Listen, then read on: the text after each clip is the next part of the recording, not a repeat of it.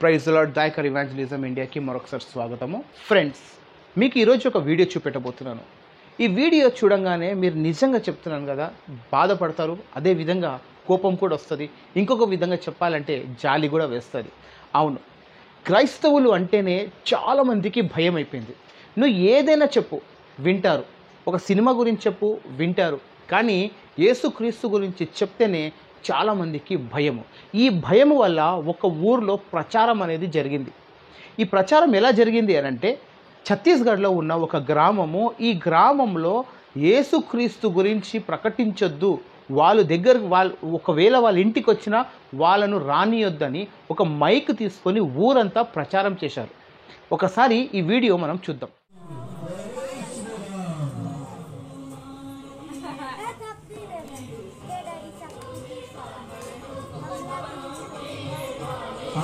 सभी से जोड़ रहे साथियों, धर्मो रक्षति रक्षिता।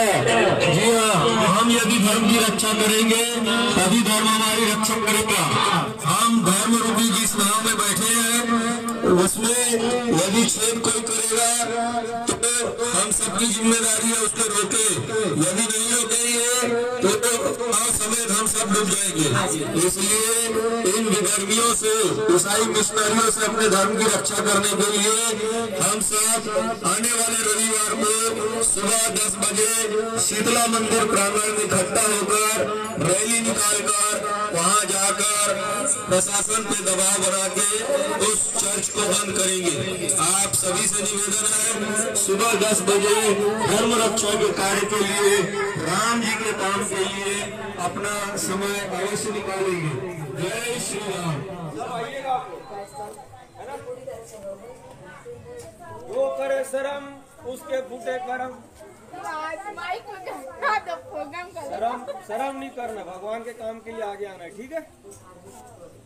भगवान का नाम भी लेना है, भगवान का काम भी करना है। చూశారు కదా ఫ్రెండ్స్, ఈ వీడియో ద్వారా మనకు అర్థమవుతుంది ఏంటిది, క్రిస్టియన్స్ అంటే చాలామందికి భయము. ఎక్కడ క్రీస్తు ప్రేమ వాళ్ళకు దొరికిపోతుందో, అపవిత్రమైన మనసు పవిత్రంగా మారిపోతుందో అనే ఒక సాతాను కుట్ర ద్వారా దేవుని సువార్త ప్రకటించనీయకుండా ఈ విధంగా ఆటంకం అనేది మనకు కనిపిస్తుంది. ఈరోజు ఛత్తీస్గఢ్, రేపు మన గ్రామంలో కూడా కావచ్చు. సో దీన్ని బట్టి మనకు క్లియర్గా అర్థమవుతుంది క్రిస్టియన్స్ పైన ఎలాంటి దాడులు జరగబోతున్నాయి అనేది. ఆ ఛత్తీస్గఢ్లో ఉన్న ఆ గ్రామంలో ఏ చర్చ్ అయితే ఉన్నదో ఆ చర్చ్ని కంప్లీట్గా క్లోజ్ చేసేయాలి అని ఒక లక్ష్యంగా వాళ్ళు తీసుకున్నారు. అక్కడ చర్చ్ ఏదైతే ఉందో, ఆ గ్రామంలో ఏ చర్చ్ అయితే ఉందో ఆ చర్చ్ని కంప్లీట్గా క్లోజ్ చేసి ఇంకా అక్కడ క్రిస్టియన్స్ అనే వాళ్ళు ఎవ్వరూ ఉండొద్దు. ఈ పాయింట్ చెప్పడానికి ముఖ్యమైన కారణం ఏంటిదంటే, ఎప్పుడైతే ఛత్తీస్గఢ్లో ఉన్న ముఖ్యమంత్రి ఎప్పుడైతే ఈ స్టేట్మెంట్ ఇచ్చాడో, ఆ స్టేట్మెంట్ నేను ఒకసారి వినిపిస్తాను.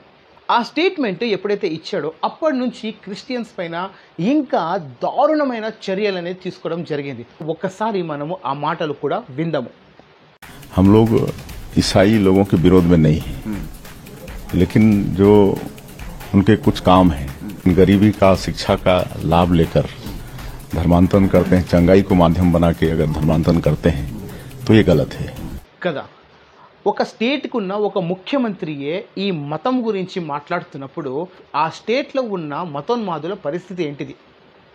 ఒక రాజకీయ నాయకుడు తన దేశాన్ని కాపాడడానికే ముందుకు వస్తాడు, దేశాన్ని అభివృద్ధి వైపు నడిపిస్తూ ఉంటాడు. ఈ మతాలు కానీ ధర్మం మధ్యలో కానీ ఎప్పుడు ఇన్వాల్వ్ కాడు. ఈ మధ్యలో రాజకీయం అంతా ఎలా అయిపోయిందంటే, ఒక్క ధర్మానికి మాత్రమే మెజారిటీ లెవెల్ ఇవ్వాలి, ఆ ధర్మాన్ని మాత్రమే రెస్పెక్ట్ ఇవ్వాలి, మిగతా వాళ్ళకు రెస్పెక్ట్ ఇవ్వద్దు. పైగా మీడియాలో ఎలా మాట్లాడతారంటే, మేము అందరితో శాంతి సమాధానంగానే బ్రతకాలనుకుంటున్నాము, కానీ కొందరు చేస్తున్న వల్ల మేము ఈ విధంగా చర్యలు తీసుకుంటున్నాం అనేది ఇది తప్పు. ఇప్పుడు మొన్నటి వరకు ముస్లిమ్స్ అయ్యారు, ఇప్పుడు క్రిస్టియన్స్ అవుతున్నారు, రేపు ఇంకా వేరే వాళ్ళు కూడా అయ్యే అవకాశాలు ఉన్నాయి. రాడికల్ థింకింగ్ అనేది రోజు రోజుకి ఎక్స్ట్రీమ్గా మారిపోతూ ఉంది. మనమందరం మనుషులను మనుషుల్లాగానే ప్రేమించాలి, కానీ ఒక మతాన్ని పట్టి ప్రేమిస్తారేంది, ఒక కులాన్ని పట్టి ప్రేమిస్తారేంది, పలానా వర్గాన్ని పట్టి ప్రేమిస్తారేంది అండి? డెమోక్రసీ కదా ఇదంతా. డెమోక్రసీలో ప్రతి వానికి సమానమైన హక్కు అని అన్నప్పుడు ఇప్పుడు ధర్మం పేరు మీద మెజారిటీ వాళ్ళే ఎక్కువ ఉండాలి, మైనారిటీస్ ఉండొద్దని సెక్యులర్ అనే పదమే తీసివేయాలి. ఇవన్నీ పిచ్చి పిచ్చి మాటలు మాట్లాడి భారతదేశము పేరంతా చెడగొట్టేస్తున్నారండి. ఏదైనా ఒక చిన్న విషయానికి చాలా హైలైట్గా చేస్తూ పెద్ద ప్రొపగాండా చేసి న్యూస్లలో, మీడియాల్లో, అదేవిధంగా సోషల్ మీడియాలో దారుణంగా క్రిస్టియానిటీ కానీ ముస్లిమ్స్ పైన కానీ ఇలాంటివి చర్యలు తీసుకుంటున్నారు. మరి ఇదే పని గనక హైందవ సోదరులలో ఎవరైనా చేస్తే వాళ్ళకు మాత్రం ఏ విధమైన చర్యలు ఉండవు. ఎంత దారుణం అండి ఇది రోజు రోజుకి మనిషి అభివృద్ధి వైపు పోతున్నారు, సైన్స్ అండ్ టెక్నాలజీ వైపు పోతున్నారు, కానీ ఇంకా ధర్మం అని, ఇంకా హిస్టరీ అని, గతంలో ఏదో జరిగిందని ఇప్పుడు కూడా ఇదే పని చేసుకుంటూ ఎందుకు దేశాన్ని నాశనం చేసుకుంటున్నారు? ఫ్రెండ్స్, మీరందరం మేల్కోవాలి. ఇంకా పడుకొని ఉంటే కాని పని. మనమందరం కలిస్తేనే క్రిస్టియానిటీని కాపాడగలుగుతాము. రేపు రాబోయే దినాలలో క్రిస్టియన్స్ అనే పేరు కూడా ఉండదేమో, జాగ్రత్త. ఇప్పటికే ఏమి కోల్పోలేదు. మనమందరము ఏకమైతేనే కానీ ముందుకు కొనసాగించగలుగుతాము. రోజు రోజుకి క్రైస్తవులపైన జరుగుతున్న అరాజకము ఆపాలి అనంటే మనమందరం ఏకం కావాలి. ఇప్పుడైనా మనమందరం నిద్రలేద్దాం. ఇంకా ఎన్ని రోజుల వరకు ఇలానే ఉంటాము? క్రైస్తవులపైన రోజు రోజుకి దాడులు, రీసెంట్గా ఎన్నో విషయాలు, ఎన్నో దారుణమైన సంగతులు జరుగుతున్నాయి. చూసి కూడా మౌనంగా మనం బ్రతుకుతున్నాము అనంటే ఇది మన చాతగాని తత్వంలాగానే కనిపిస్తూ ఉంది.